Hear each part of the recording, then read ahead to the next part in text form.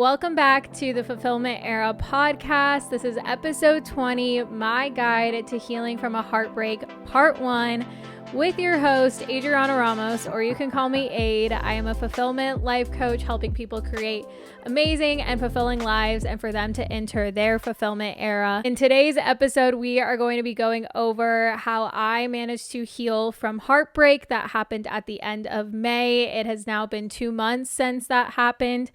And in this episode, it's going to be part 1, and it's going to be all about how to navigate the initial breakup. And then part 2 is going to be how to get excited about your future after the breakup. Because a lot of the times, when we're in the thick of a breakup, it's messy, it feels foggy, it just is a lot of emotions and whatnot. And I really wanted to just outline some steps as to how you can get through it. And then we can talk about, okay, now that you're over the initial hump and hurt of, whatever you may be feeling from this breakup, here's what you can do to move forward. So that's what's to come in next week's episode. But I really wanted to just talk about, that initial phase of healing from a heartbreak and what you can really do to get through it. And just to give you some background and context of my, relationship and love life. This was my 3rd breakup. I've had 3 serious relationships in my life. I had one 5-year relationship that was with a high school sweetheart. We dated from high school till college, basically my sophomore year of college. Beginning of that, we broke up, and that breakup was messy. I did what not to do, essentially. I did not know how to heal. I did not know what to do. So I healed in some very poor ways, I would say. And then I was single for maybe 4 years, I want to say. And then I met one of my exes. And this was, this was a love that we were both kind of seeking validation from the other in a way. And we both had very poor self-worth. And we were just kind of in this relationship together. We were together for a year and a half. So 2018 to beginning of 2020. And then we broke up beginning of 2020. And then I was doing my single girl thing. And then I happened to meet my most recent partner, now ex. His name is Chase, and we met right before the pandemic. The pandemic happened, and then we just gravitated towards each other and got a lot closer, and then ended up dating towards the end of 2020. And we were together almost 3 years. And actually, what would have been our 3-year anniversary just passed this week that I'm recording, which is really crazy. So we broke up at the end of May. And the breakup I had in 2020, that really kicked off some type of spiritual awakening, personal development awakening. And that really signified that, whoa, I just had very poor self-worth. I had a poor self-worth. I felt like I wasn't lovable. I felt like I was never going to find anyone else. It was one of those breakups where I was like, I'm never going to find anyone else, and even leading up to that breakup, I just said I'm not worthy of him. I don't deserve him. I was I basically manifested the breakup myself. You know what I mean? And then this breakup has really illuminated, not necessarily poor self-worth, but just where I'm at in my life. I alluded to this in last week's episode that I had really just lost myself, and it was partially because of the relationship I was in, but it was also because of other things going on in my life, and I just wasn't taking care of myself, to be quite honest. And I would say that I have done a lot of work on myself when I was with my partner, but then once we broke up, I was oh, there's a lot more here that I need to uncover. And I feel a lot of it was just identity and getting back to myself and who I am and who I want to be, because I do tend to people please a lot. I people pleased for my ex. I people pleased for people in my life. I people pleased for the communities I have online. And I feel I just was woken up to I am not as confident in myself. I know I'm worthy and I know I'm enough, but I'm not confident in myself, if that makes sense. So that's really kind of what happened with this breakup. And it just kind of set me into this next level of healing with myself and just knowing that I can accept myself and love myself just as I am, and I don't need to do anything else. And that's just that, right? I am deserving of this life I want to create just because I'm alive and breathing and I'm here, So I wanted to give like a little bit of a background and context, and I'm not going to talk too much about what happened in our breakup or reasons why we broke up, because it's just not necessary, and he had every right to initiate this breakup, and I'm very grateful for it because, again, illuminated a lot of things that I am needing to work on and needing to continue to work on that might have come up if I were still with him, but it would be very hard to work on just on my own. I think I needed to be able to do this path on my own, if that makes sense. So a couple things that I wanted to preface with this episode before we get started with the tips is just a couple mindset things that come with going through a breakup, whether you initiated the breakup or you got broken up with. Here's just a couple things that are going to be really important to understand is that there's a whole science behind a breakup. Like on a physiological level, there's so much going on when we get broken up with and when we are starting to separate from that person, that you are basically withdrawing from that person like a drug. Like you are literally going to be feeling like you just need that hit of that person, that dopamine hit of that person. Like I think they call it like you go through like dopamine withdrawals essentially, and you're going to be going through other withdrawals because your mind has become adapted to these behaviors and these habits that you guys have integrated of, getting the good morning text, getting the good night text, having like little check-ins, and then also on the weekends with your plans, like you're used to getting cuddles and praise and whatever. And your body is going to be like fiending for that again. And that's why it can be really hard to want to go check on their social media, to want to check them in, to want to keep in contact with them and things like that. And so it can almost help to notice that like, okay, yeah, I'm just feeling this way because on a, molecular level, my body is craving this, right? Because it's so used to getting that. And so that's kind of like the first thing is that you might be feeling this intensity and it's really just your body is withdrawing from that person like a drug. Like love is literally a drug. Love is so beautiful and so amazing, but it really is a drug. And your body becomes so adapted to that other person. And no matter the length you are with that person, that's definitely going to impact your ability to heal. The next kind of mindset I want to preface is that your healing is the most important. It's no longer about them and what they're doing. You did everything you could in this relationship. And yes, you might have some clarity as to what you could have done better or whatever.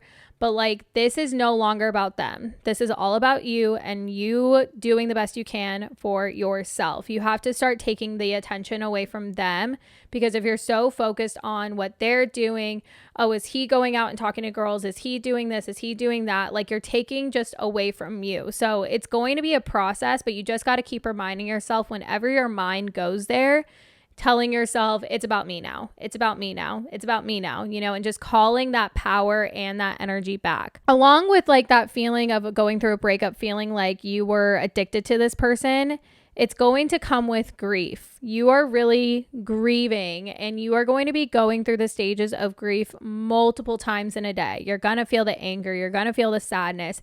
You're going to feel the hopelessness. And then you're honestly going to feel acceptance at one point. And you're going to be like, wow, I feel healed. And then tomorrow, like something will pop up and you're right back where you started. And you just have to know that this is normal. I just want to normalize it. It is okay to feel how you feel. You are valid in how you feel. And you're going to be grieving a lot, and there's going to be random memories and things that pop up, right? Whenever I go to a show, there's a song that always just like, there's always one song that always gets me, and I'm like, dang it, but that's okay, because, with this grief, it means that you truly did love this person. When there is love, there is also loss, and there is also grief with it too. And I tend to think about that it was really beautiful to love in that capacity. And I can look back at those memories and with sadness at first, but one day I will be able to look back at them with a lot of kindness and love, right? I think about that with my first two exes, when I look back at those relationships, I don't remember a lot of like any of the rough stuff except for like a couple things here and there. But like I look back at those other memories of, especially when I was in high school, like that was cute little puppy love, and then my early 20s kind of relationship, that was also a cute kind of puppy love and us trying to figure things out, and even with this past relationship, I look at this one with even more fondness and love because we got each other through such a crazy time. And, our first little half of the relationship was just really beautiful, what we experienced together.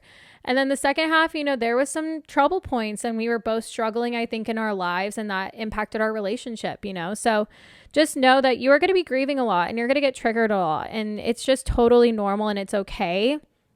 And then the final mindset I really want to preface here is that there is no timeline. Even though I said it took me 2 months and I feel like I'm in a really good place, I did get triggered last week by something. And I don't feel like I'm back at square one, but I do feel like, okay, there's still some healing here. You know what I mean? Like I'm not completely done, right? And I wasn't trying to like force myself to be a certain place, but 2 months felt like a good kind of like check mark for me because it was also around the time of what would have been our anniversary. And now I get to kind of like reflect and think, okay, now I got to think about like the next 2 months and the next 2 months, kind of taking it, by these 60-day chunks just to measure where I'm really at with things. But there really is no timeline. But what I will say is that getting over them and moving forward is an active choice you will make daily. And each day I felt like I tasked myself with some type of way to like move through this. And a lot of it was like regulating my nervous system, but then also a lot of it was working through my thoughts. I have a very active mind that is going all day, every day, you know what I mean? And I had to make these choices every single day that I am choosing to believe that this was for the best. I am choosing to believe that I deserved better. I am choosing to believe that there is better out there for me, right? So you can either choose to sit in the feelings of like, he hurt me, he did this, I'm never going to get over him, I'm never going to find anyone. Or you can start to work on these beliefs to start believing the opposite, right? And it's going to be an active daily choice of choosing yourself every day and making sure that you are prioritizing yourself and your healing and doing what you can to get over them, to get over this relationship, to heal from this relationship, whatever it may be. It's going to be a daily active choice. So those are kind of the typical mindsets that I think you should have going into wherever you're at with your breakup right now. Really kind of thinking about these things and how you have embraced or acted with this breakup. And then hopefully these next couple of steps can be really helpful for you. I think we have 7 steps. Okay, so now we're going to go into how to heal from a breakup. I have 7 steps outlined for you. And then I'm also going to go into like what was helpful, not helpful, things like that. But the first one being no contact. Literally everyone says this. It is the best thing you can possibly do for yourself. No contact. What that means is you are going to establish no contact with that person, with your ex. And I did this during the breakup essentially. So if you guys are still in contact after your breakup, you need to, have a discussion with them and tell them we're going no contact for 60 days or 90 days, whatever you feel is best. We did 60 days. And what that essentially means is no contact of each other. We set parameters unless there is an emergency. And you can qualify like what that emergency could be. But we said unless there was an emergency of some sort where we felt like we needed to reach out, you can use your discernment there. But if you really feel like you need to block their number or whatever, like do it, right? But we felt like we didn't need to block each other's numbers and we didn't want to do that just for the sake of emergencies. You just never know. Life can be really hectic. With my previous breakup, we had established no contact and then the pandemic happened. So he's like, hey, I'm just reaching out to make sure that you're good. Like, is everything cool with you? And I'm like, yep, I'm good. Thanks for reaching out. He's like, okay, we're going to go back to no contact essentially, It was actually funny. I started doing no contact with that previous breakup and it was like 2 weeks in and he ended up breaking contact because he didn't know that I was doing this. And he was like wanting to get back together. And I was just like, I'm not feeling that, let's keep going on this path. You did what you did, for a reason. So let's keep following this. And I was doing no contact. So I think that's what we should do. And so that's what happened with not this most recent ex, but the one before it. And so no contact just really, again, helps because, again, if you are withdrawing from that person, you need to limit any way of like being able to trigger some type of dopamine effect or something by either texting them or seeing their social media. And no contact for me really goes for texting, calling, social media. So I ended up blocking my partner on social media just because I do have a presence on there and he doesn't really post anyway, but it was more so like for both of us because I knew like we're withdrawing from each other. We need to like limit any exposure essentially of the other person. And so we did that. And we also have mutual friends. So we do have, if there's something that we needed to do, we could do it through a friend. We did have a really great friend, kind of be a middleman for certain things because he dropped off my stuff at her place and all of that. So yeah, really figure out what are the ground lines for, what are the baselines for your no contact? When do you want to end no contact? And then when no contact comes around, you guys can evaluate, are we going to be friends? What are we going to do? That kind of thing. And I put it on my ex to reach out when he was ready, essentially. That's kind of what I said because I was like, you initiated the breakup, so you reach out whenever you're ready, essentially. So this no contact is really beneficial. And then on top of like, the energetics of texting, calling, social media, what I also did was I blocked him on other things and I also removed, certain things. Like I moved our photos and videos to my hard drive just because I didn't want to see it. I didn't want to see it while I was scrolling. I'm a content creator, so I'm always going back in old photos and videos to grab stuff for content. So I just didn't want to see that. I had to block him on Venmo just because like every time I went to go pay someone, I would always just see the name and, seeing it just triggers more thoughts of things, right? So you're just trying to limit the amount that you're seeing this person and almost pretend like they're dead, which is sad, but true. And in a way, that person that broke up with you and that relationship did die the day that you guys broke up, so you have to treat it like that. And I also limited, there's certain gifts he got me and things like that I put away just for now, and photos and things like that.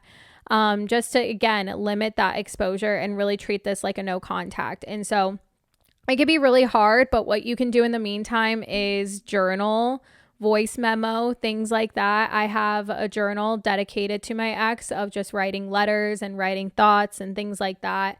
It's almost full, but yeah, I have that. I was doing voice memos. I recorded a podcast that's never going to get seen by the light of day just to like help me talk things out.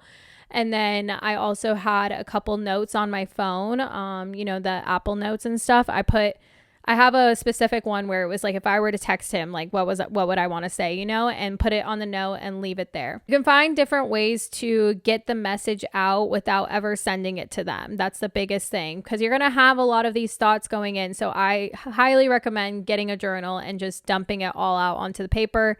And of course you can talk to friends and family and things like that about the relationship or how you're feeling or the breakup and stuff like that too. And that leads me to the second one, which is really just expression and feeling your feelings. And expression can really be through journaling, voice memo, talking with people, getting all of the thoughts and things out because it's just going to be cycling in your head. So finding ways to express these thoughts and express these feelings that you have and just allow your feelings to just be how they are and don't judge them, My friends were making fun of me because I would say like, I know I'm going to be okay, but this really sucks right now. That's how I was crying. And they just allowed me to just do that and just be like, it's going to be okay, Abe. But yeah, it's okay how you feel. You can feel how you want to feel. And honestly, I cried a lot and a lot and a lot. And now there's like smaller, I think now there's bigger windows between the amount of times I've cried, but I think that's because I allowed myself to just be so in my feelings the first couple of weeks that it just allowed me to like regulate myself more and more because again, withdrawing from this person. And a lot of the times what causes our feelings to act out in that way is that there's a certain thought that we're attaching a feeling to. And I learned this a lot from breakup coach Dorothy, who I'm highly going to recommend. She's the best at what she does. And I was getting myself more sad or more mad at myself or more angry at myself by the thoughts that I was having. And I was allowing myself to feel that way because of those thoughts. And so really starting to understand these thoughts that you're having and these feelings that you're having really helps as you're expressing them. So making sure that you are, taking note of things and writing things down. And it just really helps to get it out, because if you're just sitting there bottling it all up, you're going to eventually lead to a big blowout or a big explosiveness of just emotions, right? So you really want to do the best you can to manage how you're feeling and work through what you're feeling and talk through it, write it out, whatever you need to do. This brings me to the third thing, that mindset work is so key. And I had my best friend tell me this, that like when those thoughts were going crazy for me, and a lot of my thoughts were not necessarily about him, it was more so what I could have done better. Like my ego was going absolutely just insane. My ego was just going insane because it was just like, we could have done this better, we could have done that better, we should have known better, blah, blah, blah, blah, blah, like literally going insane. And she just told me, like, it's all a mindset game. It's you against you, because especially if you are in no contact, you don't have any contact with your ex. They're not telling you these things that, you're telling yourself. They already said what they needed to say in the breakup. And maybe if you didn't get closure, that's another thing, is that you have to be okay with whatever closure you got. And sometimes we have to give that closure to ourselves. I'm very grateful that both of my past relationships gave me the closure that I needed. But had I not gotten that closure, I would have had to give it to myself. And just knowing that how that breakup ended is the closure, right? If you felt that like, your ex was very cold to you, they were very cutthroat, they just cut it off, that's closure. You know what I mean? And I even saw a TikTok about this of like, well, at least I wasn't cheated on. Like it would have been way worse if I was cheated on. But it's like, that person still left you, that person didn't communicate with you and they just broke up with you. Like you were kind of cheated on in a way, because that's not the person you thought that you were dating, right? That's what I kind of told myself, is like, that's not really my person. That was not my person. My person wouldn't have done this to me. That's kind of like what I was thinking about. And like I said, breakups are just really a mindset game, and it's really important for you to remove the rose tinted glasses that you have of them and start to see this person objectively as they are, of like, okay, this person has these qualities, these things about them. Was this a person that I really liked dating? And what did I like about him, not like about him, right? And also we have them on this pedestal. You need to take them off the pedestal and just see them as a human, right? And I think seeing them as a human just allows you to have more compassion, that like at the end of the day, we don't know what we're doing. A lot of us aren't skilled in relationships. We don't have, the relationship handbook. We do sometimes if we read those books, but learning and, reading about being in a relationship is so different than actually being in a relationship. Relationships are a lot of work, and sometimes we get complacent, sometimes we get comfortable, and sometimes we just don't know how to express things. And a lot of the times trauma or attachment issues, abandonment issues come into play too. And so you really want to start just like looking objectively at who this person was and who you are, and start to show a little bit more compassion for yourself, that like you guys were just two humans that really loved each other and tried to make it work, and it just didn't work, and there's nothing else to be said or to be done, because it's done, right? And all you can do is just know for next time. And if there are certain qualities that you loved about your ex, it is certainly possible that they can exist in that next person. You know what I mean? I think a lot of the times we do that whole, I'm never going to find anyone else. Like there are so many people on this earth. And if you just write down and get really clear about what you want, and you start working to become the person that attracts that kind of partner, it is so possible for you. And that's kind of where I'm at, is that I'm doing a lot of work on myself so that I can be ready for when that partner comes into my life and we can build this really amazing life. So that's kind of like what you can really work on, is removing those rose tinted glasses and looking at things objectively, and then also just showing yourself more grace and compassion, that you only knew what you knew then. You only knew so much. I was beating myself up, just the fact that I'm a coach, like I should have seen these things or blah blah blah, but like at the end of the day, I was really struggling mentally and just with a lot of things in my life that, yeah, I wasn't showing up in this relationship the way I would have. And me at the beginning of the relationship, you know, was a lot more eager to like do things in the relationship and all of that. And I got comfortable and complacent. And now I'm noticing that pattern and I'm taking note of it because I don't want to get to that place again. And I'm knowing that for next time. And that's all I can really do. I think a lot of the times our ego just wants to fix everything now and just wants to like step in and get it all fixed. But sometimes we just need to like let it be and let it go and just keep moving forward and healing ourselves. The fourth key thing here, which wasn't as big of an issue, I think, in my previous breakup, the second breakup, but it was very prevalent this one. And I think it's because of a lot of the work I've done on myself in terms of like my hormone journey, my nervous system. Like I've done a lot of like work on a lot of that. And also just becoming more spiritually aware and things like that, that my nervous system was so dysregulated when this breakup happened. And it was a lot worse than the second breakup I had. You know, the second breakup, I did struggle with eating, did struggle with sleeping, did struggle with anxiety, stuff like that. But this time around, it was like I would wake up and cortisol just running through my body that I have never experienced before.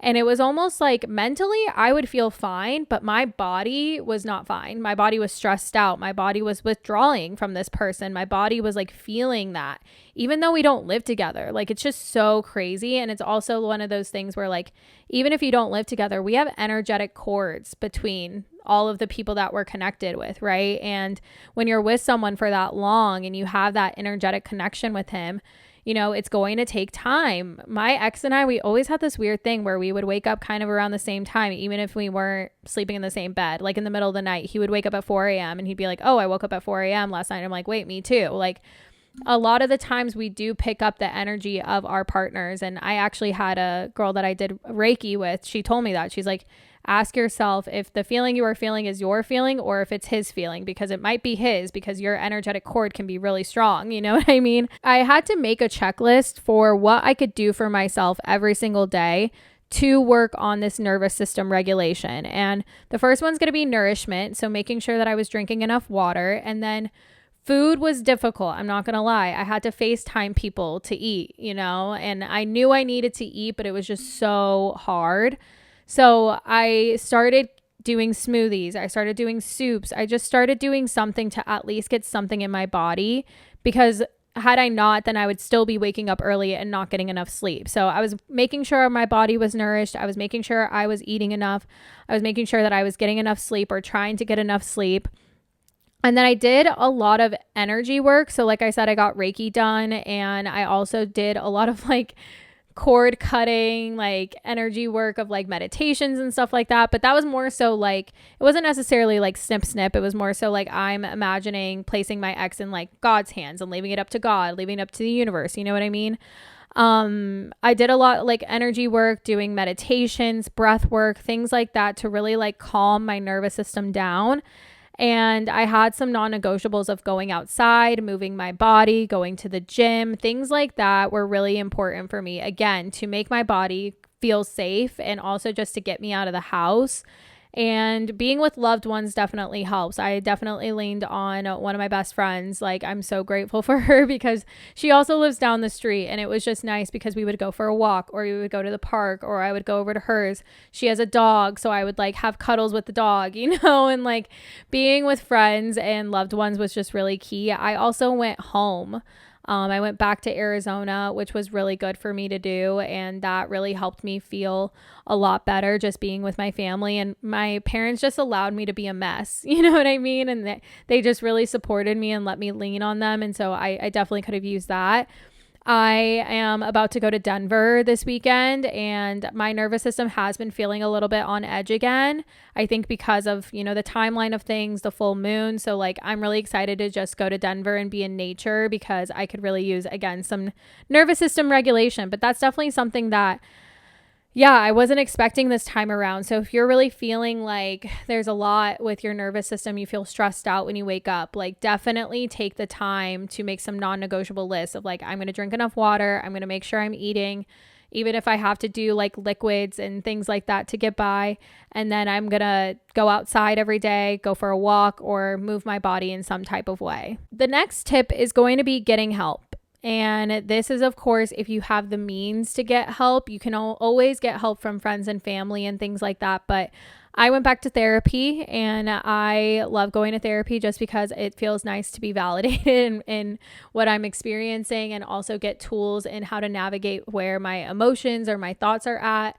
So I did go back to therapy. I've been seeing her more on a monthly basis, and it's just been really helpful. So I did go back to therapy. Like I said, I got Reiki done. Her name's Lover of on Instagram.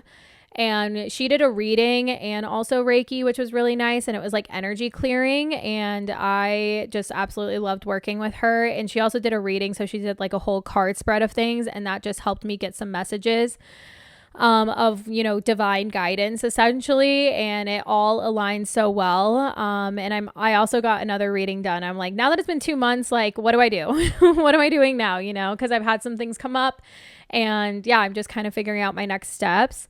I also was in Jane Lyon, Bikini in a Bikini on Instagram. I was in her sanctuary program, and this was all about chakra healing and everything. And the divine timing of going through that program while going through a breakup was just really crazy, and just learning more about that was really helpful. And then I also had a human design coach that I worked with, and this wasn't even planned. I just wanted to work with her. And so she helped me like on healing from my breakup from a human design aspect, and then also work on some other things in my life and my business from a human design aspect, which was really cool. So I think just getting help and enlisting some support can be really beneficial, just to like have other people to talk to, and also just to lean on and get perspective. And I think it's just super beneficial to have if you have the means to. And of course, there are always ways to, you know, find some cost-effective ways to get some help, but it doesn't mean anything to not get help, you know.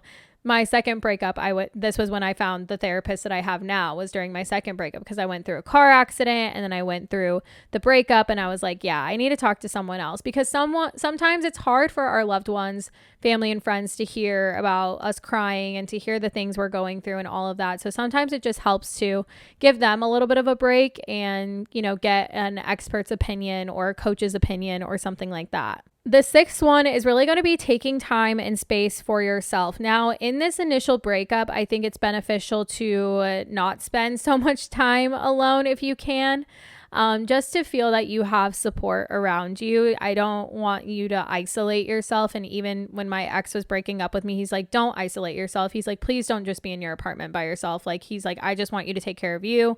And yeah, I hung out with friends. I always had friends over or something like that. And it's really helpful to do that. But at a certain point, it's going to be important for you to take some time and space for yourself to really like journal these things out, feel what you need to feel, and start doing some things with yourself and recognizing, okay, this could be a good thing. I can start going to, you know, some hobbies I wanted to do. You guys, my Sunday reset routine is like one of my favorite things I used to do.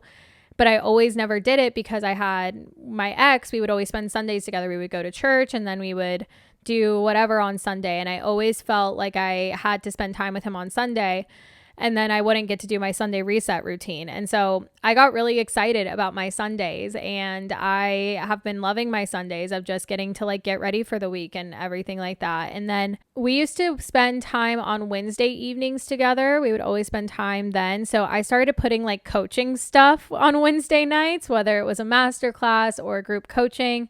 Or I would do like, I even went on someone's like live stream thing. So you want to start figuring out those times when you used to spend time with that person, and figure out, okay, how can I spend time with myself or spend time with my friends at a time where we would normally be spending time together. That way it just feels like you're replacing that time with something that's actually going to be beneficial for you. So maybe picking up a hobby. I have a whole list of hobbies and things that I want to do and like get started on that I've been dying to do. So yeah, maybe doing something along that, but really taking that time and space for yourself. And it's going to feel weird at first, but then you're going to start to feel like, oh, this is really nice to have this time to myself, and I don't have to worry about another person, or I don't have to worry about, making plans with someone else or keeping them in mind. Like I just get to focus on me, which feels so good. And then the final step I want to recommend while you're in this initial phase is to start finding ways to forgive yourself. Oh, the game of self-blame can be really brutal to deal with. I was there. I was blaming myself for so much when I did not need to. And if you can start finding ways to forgive yourself and to forgive your ex, you are going to be so much better off. Holding on to anger, holding on to resentment, holding on to hate just takes way more energy. And this is also something that I think a lot of people, they might hold off on forgetting because they think that forgetting means that they like condone the behavior. And it's not necessarily saying that you accept and condone the behavior. You're just choosing to forgive them for being human and for not knowing better or for whatever, and choosing to move on. But it doesn't mean that you have to condone or accept what they did to you. You can just forgive them and say, I forgive you for that, but I'm going to continue to move forward. So whatever you can do to start finding ways to forgive yourself and forgive them. And like I said, making that active choice to let go. I see, like, when I was looking at, like, I got a lot of breakup TikToks on my For You page, right? And a lot of times in the comments, someone would be like, it's been 7 years and I'm still not over them. And it's like, that's a choice. That is an active choice to be saying that, like, I'm never going to get over them. There's no one better out there for me. I'm still stuck on them, blah, blah, blah. Like, that's telling me you didn't do necessarily the work to get over them, essentially. Like, you've been choosing to continue on these thoughts when you could have started believing, like, you know what, maybe I did deserve better. You know what, maybe there is someone out there for me. And if you're stuck on that person 7 years later, like, you could have missed so many other people that are more aligned for you, but you were stuck in these stories and you didn't choose to let go. But at a certain point, you're going to have to choose to, like, let go and just kind of get excited about the future. And that's what this next episode will be next week, is like, okay, now that you have, like, been in the process of letting go and healing and you're working on all of these things, here's how you can really build an amazing and awesome life without your ex and get really excited about your life without your ex, So yeah, that's going to be the final step, is really working to forgiveness. It's going to take time. I had a hard time forgiving myself for some reason. I'm so easy to forgive everyone else, but I'm harder on myself, which makes no sense, So that's going to be your final step for my guide to helping heal from your heartbreak. And then the last thing I kind of want to talk about are just like some helpful versus not helpful things. What I found to be helpful was taking time off from work and from having a social life. If you're able to do this, this would be great. Taking off work to your discretion, right? Work can be a really great distraction, but I just found that, like, I could not even focus on work for, like, the first initial week. And then I started getting back into work and stuff, but doing what you can. And then the second one being abstaining from alcohol, dating, going out, going on the dating apps, talking to boys, things like that. It's just really not helpful because, again, you're in this time of, like, withdrawing from this person. And when we do some of those other things, it can, we might use these things to fill that void. You know what I mean? So it might just be helpful to stay away from it.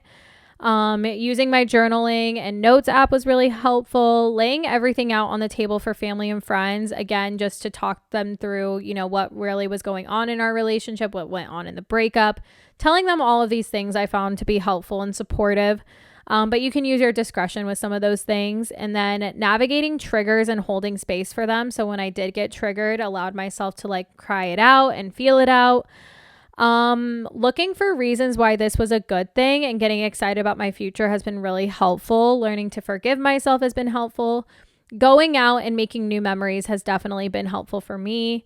What hasn't been helpful, the biggest thing is social media. I had to take a couple breaks from Instagram, from TikTok. Those algorithms really get to know you and they can really hurt your feelings sometimes, So it just was a lot. So sometimes taking a social media break can be the best. I always envy, that there's always those posts of, like, go ghost for 3 months and 6 months and they'll watch you come back, like this badass version. And it's like, I work in social media. I post on social media. So like it was hard to like document things, but as I started posting more and more, like people can tell I've been glowing. But like I envy people that can go ghost on social media and then come back and do that, because I wish I could. I envy that for sure. And also not helpful is checking on your ex's socials, right? My ex doesn't really post on social media anyway, but it's just something that is not going to be helpful for you, because again, it's just another one of those dopamine hits. But not helpful with certain podcast messaging, but also social media messaging, because sometimes you can find those super polarizing like posts of like, your ex was a terrible person, blah, blah, blah, blah, blah. You know, like it just, you can kind of use your discernment, because sometimes it can distort your reality of things, or it might just make you feel more hostile or angry sometimes. So when it comes to podcasts or social media posts, like take it all with a grain of salt. If it's not like an educational video of like how to get over your ex or like things like that, if it's just telling you like, you know, your ex is a toxic, narcissistic asshole, like use your discernment there. You know what I mean? Sometimes when we're in those hurt feelings, hearing things like that can only validate us and also make maybe a different narrative in our head. So kind of use your discernment a little bit with that.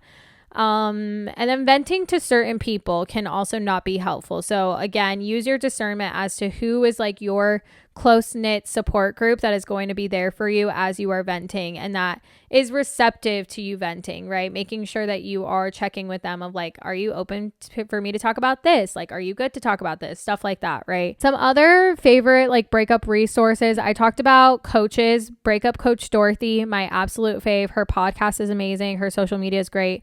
She also has like a 5-day how to get over your ex in 5 days training that was like $17. I did that within the first couple of days of our breakup, because again, I was just so like in the thick of it that I was like, I need something to do. Another podcast I really like is Date Yourself Instead. That's by, I think her name's Liz. She's really great. A couple of the creators I liked on like TikTok or other places, Natalie_Bell, Sabrina Zohar, Nora 13, a bunch of underscores. It's Eli Vasquez and Therapy Jeff. They're like all on TikTok or Instagram. I really liked a lot of their content. Matthew Hussey and Jay Shetty, these are also like coaches / relationship gurus that I absolutely love too. So I just wanted to shout out a couple of other resources that I really liked. But this was it for this episode. The next episode will be really about how to build your life back up again. So stay tuned. Definitely look forward to that episode. I'm looking forward to it. If you did enjoy today's episode, feel free to leave me a review, a rating, all the things. I'm so excited that we're getting this podcast back up and running. And where I just want to end at is that, you know, you will find love again. And because you have experienced love, which is just such an amazing thing to have, and this is a human experience, it is so possible for you to find it again. And I just know that your person is out there, and it's just going to take time, you know, and your person could also just be working on themselves just as much as you are. And I think that brings me a lot of peace knowing that. And I really just want to emphasize that you have a beautiful opportunity to turn this pain that you are experiencing in this breakup into something really beautiful, and to really just step into your power and really create an amazing and fulfilling life and enter your fulfillment era, right? So that is it for today. Let's pull some cards for the energy for the week. Affirmation for this week is... I'm going to go with the one that fell. I don't need to control life. I trust in magic and miracles. I don't need to control life. I trust in magic and miracles. I don't need to control life. I trust in magic and miracles. Amazing. Note from your higher self says... You got to be joking me. You guys might get mad at this one, but no relationship is ever a waste of time. I'm not even kidding. If it didn't bring you what you want, it taught you what you didn't want. Thank them and move on. Ay, ay, ay, ay, ay. Well, that is it for today's episode. Thank you so much for joining in. I hope you enjoyed it. Feel free to share this episode with a friend, post it on your story, tag me, all the things. Do have an Instagram page, Fulfillment Era Pod. I might create a TikTok for it. We'll see. But if you have any questions, feel free to let me know. One-on-one coaching is open as well. I have a couple spots if you're interested in learning more. I will put that in the show notes. But I hope you guys have an amazing, soul-nourishing, and fulfilling week. And I will see you guys in the next one. Bye.